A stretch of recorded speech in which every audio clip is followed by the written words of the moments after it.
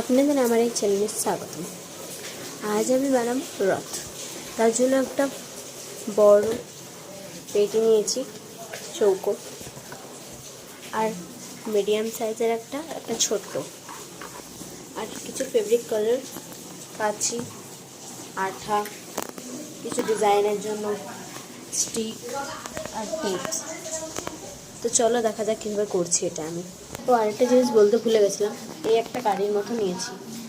এই দেখো, প্রত্যেকটা আমি হোয়াইট কালার পেপার দিয়ে ভালো করে মুড়ে দিলাম। এরপর আঠা দিয়ে একটার উপর একটাকে ছিটিয়ে দেবো এইভাবে।